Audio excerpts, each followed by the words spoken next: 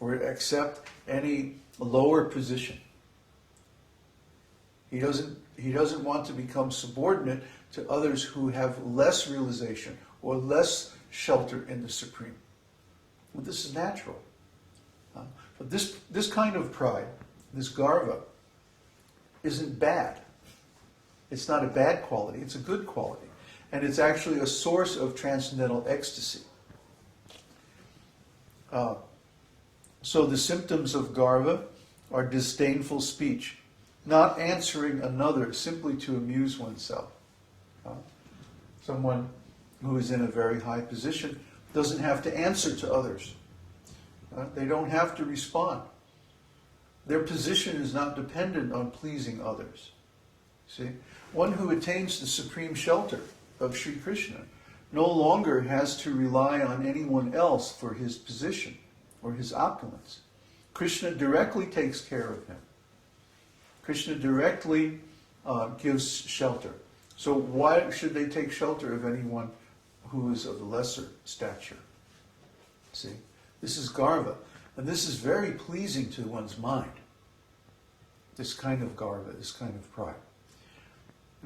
That after many, many years of effort and striving and deep soul searching and tears and all kinds of difficulties, one finally attains the shelter of Krishna's lotus feet. This is a very wonderful thing. So it means that one who is in this position does not have to think about, well, what do other people think of me? Or what is my position? How can I improve my position? And stuff like that. They already have the greatest position that the jiva soul can attain. You see? This is why devotees don't care to worship the demigods or to go to the heavenly planets or to attain different material opulences or mystic powers or any of this stuff. This is why the devotees aren't interested in mundane achievements, even like yogic perfections and things like this. Why? Because they have already attained the supreme shelter. In the Bhagavad Gita, chapter 13, Krishna is talking about samadhi. And he says, one who has attained this thinks there is no greater gain. If someone attains something that's so wonderful that they think, well, there's nothing better than this, then they're not going to strive anymore. You're not going to see them working hard, knocking their head against the wall, trying to attain something beyond what they already have, because they're completely satisfied. If you become completely satisfied, then you don't think, oh, I have to work very hard, get more and more and more. Just like the person who has a lot of money. That's probably the distinguishing factor of someone who has a lot of money. They're not working hard. They're taking it easy. Oh, if they have an opportunity for a good investment or something like that, they might pursue it. But they have lost that anxiety due to greed. That, oh, I need to increase my money. I still don't have enough money. When they finally get enough money, they feel like, okay, well, now let's just relax and enjoy life. So this is also the mood of someone who attains realization. You see the devotees striving very hard, getting up early in the morning, chanting many, many rounds of mantras and like studying the different scriptures and books very hard and like that. And this goes on for many, many years. But then when they finally reach self-realization, now I can take it easy. When I attained self-realization, it's like this enormous weight was taken off. I didn't feel driven anymore. That, oh, I'm lacking something, or I need something, or I have to work hard to attain something. It's like, okay, I finally got there. Whew. This is great. That's garva. That's transcendental pride. Just like Srila Prabhupada, we often see pictures of Srila Prabhupada like this. Garva, transcendental pride. Let anyone try to defeat me. Huh? Try it. Come on. Because Prabhupada was rooted firmly in the transcendental consciousness. He's a Nitya Siddha. He didn't even have to attain Krishna consciousness. He was born Krishna conscious. Nitya Siddha. The sadhana siddhas, like myself, we have to work so hard. And then afterwards, we don't feel so pressured. Yet we're still working hard. Why? To help others attain the same thing. But there's a difference. It doesn't have that same kind of urgency. It can still be passionate. It can still be, we can still feel driven sometimes. But it's different when you're worried about your own state or well-being and when you're taking care of others. Like the patient who's suffering from a disease is in much more anxiety than the doctor who's treating that disease. So similarly, the students who are trying to understand the esoteric teaching are still in anxiety, but the people who have attained the esoteric teaching are like, they're free from anxiety.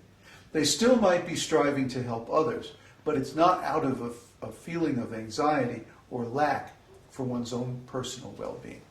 They have garva. They have garva.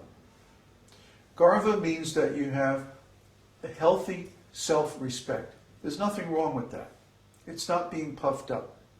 Being puffed up is artificial, where you take an attitude.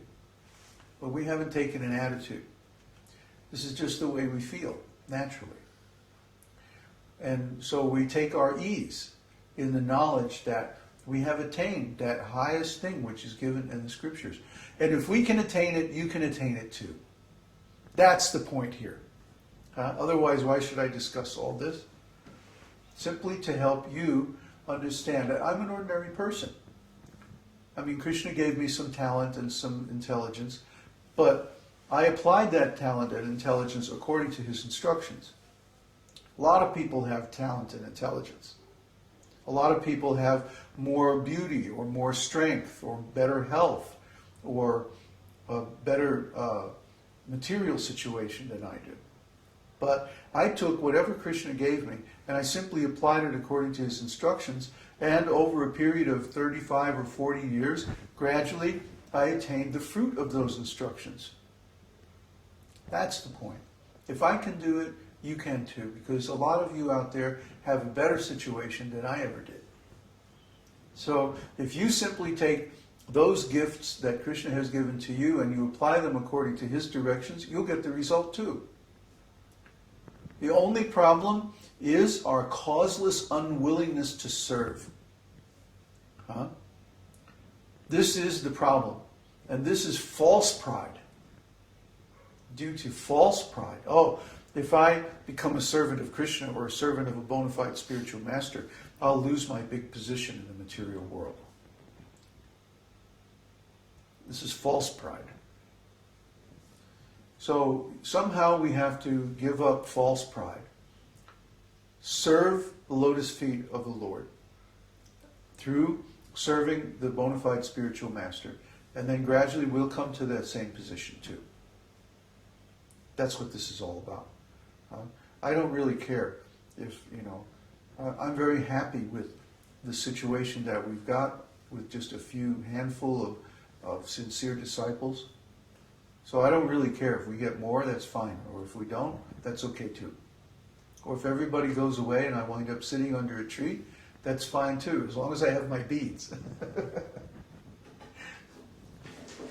So, the next bhava is called śaṅkā.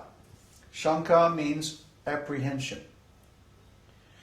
The apprehension of calamity arising from having stolen something that belongs to Krishna, from committing an offense, or from the viciousness of others, that is, the enemies of Krishna, is called śaṅkā. The symptoms of śaṅkā are drying of the mouth, change of color, looking here and there, and hiding. Well, there's so many stories, if you read the Krishna book, where the various rascals did offense to Krishna. And after that, they felt they had to hide. For example, Purajit stole the Shamantaka jewel, which actually belongs to Krishna eternally. And so what did Purajit do? He ran here and there and he tried to hide and everything like that, but Krishna got him. So if someone commits an offense, they naturally feel some apprehension, some anxiety. Everyone in this material world has committed an offense to Krishna. That's why we're here. And the details might differ, but the essence is the same.